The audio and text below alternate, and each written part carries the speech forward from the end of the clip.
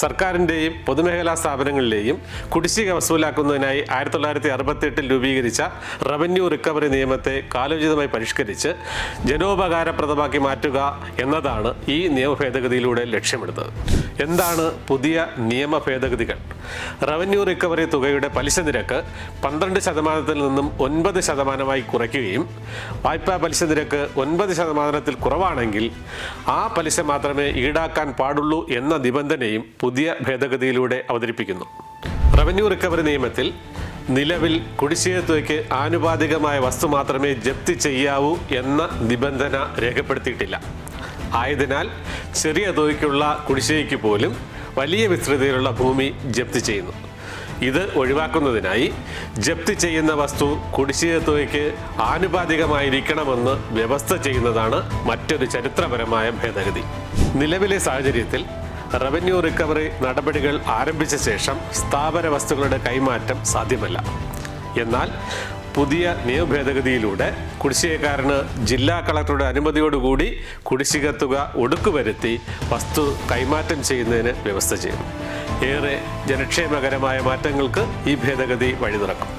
ഈ നിയമ ഭേദഗതിയിൽ ഏറ്റവും പ്രധാനമായത് 50A എന്ന സെക്ഷന്റെ പുതിയ കൂട്ടിച്ചേർക്കലാണ്. എന്താണ് 50A? ജപ്തി ചെയ്യപ്പെട്ട വസ്തു സർക്കാരിലേക്ക് മുതൽക്കൂട്ടി ഉത്തരവായ തീയതി മുതൽ 5 വർഷത്തിനുള്ളിൽ കുടിശ്ശികക്കാരന് ജില്ലാ കളക്ടറുടെ അനുമതിയോടുകൂടി തുക ഒടുക്കി വസ്തു മടക്കി ലഭിക്കുന്നതിനുള്ള സൗകര്യമാണ് ഈ ഭേദഗതി വ്യവസ്ഥ ചെയ്യുന്നത്.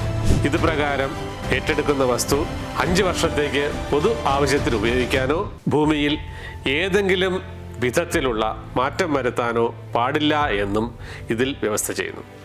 ജപ്തി ചെയ്യുന്നതിനുള്ള നോട്ടീസുകൾ കക്ഷിക്ക് ലഭ്യമായ ശേഷം കക്ഷിയുടെ അപേക്ഷ പ്രകാരം 1 വർഷം വരെയുള്ള കാലയളവിലേക്ക് ജപ്തി നടപടികൾ നിർത്തിവയ്ക്കുന്നതിന് ഈ നിയമ ഭേദഗതി വ്യവസ്ഥ ചെയ്യുന്നു.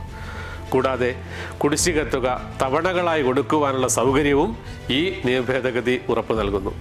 ഈ നിയമ ഭേദഗതിയിലെ മറ്റൊരു പ്രത്യേകത സർക്കാരിന് നിശ്ചിത കാലത്തേക്ക് റവന്യൂ റിക്കവറി നടപടികൾക്ക് നിബന്ധനകളോടെ മൊറട്ടോറിയം പ്രഖ്യാപിക്കാനുള്ള അധികാരമുണ്ടായിരിക്കും എന്നതാണ്. ഏറെക്കാലമായി കേരളം കാത്തിരുന്ന ഈ ഭേദഗതിയിൽ സ്ത്രീ സമത്വത്തിൻ്റെ പ്രഖ്യാപനവും ഉൾപ്പെടുന്നു എന്നതും ശ്ലാഘനീയമാണ്. നോട്ടീസുകളും ഉത്തരവുകളും കുടുംബത്തിലെ പ്രായപൂർത്തിയായ പുരുഷന് ഏൽപ്പിച്ചു കൊടുക്കാനുള്ള നിബന്ധനയിൽ നിന്നും പുരുഷൻ എന്ന പദം ഒഴിവാക്കുകയാണ് ഈ ഭേദഗതിയിലൂടെ. നോട്ടീസ് നടത്തിപ്പിലും മറ്റും നവീന മാധ്യമ സാധ്യതകളുടെ ഉപയോഗവും ഈ ഭേദഗതിയിൽ ദൃശ്യമാണ്. നോട്ടീസുകൾ ഇനി മുതൽ ഇമെയിൽ വഴിയും നൽകാം എന്നും ഇവിടെ വ്യവസ്ഥ ചെയ്യുന്നു.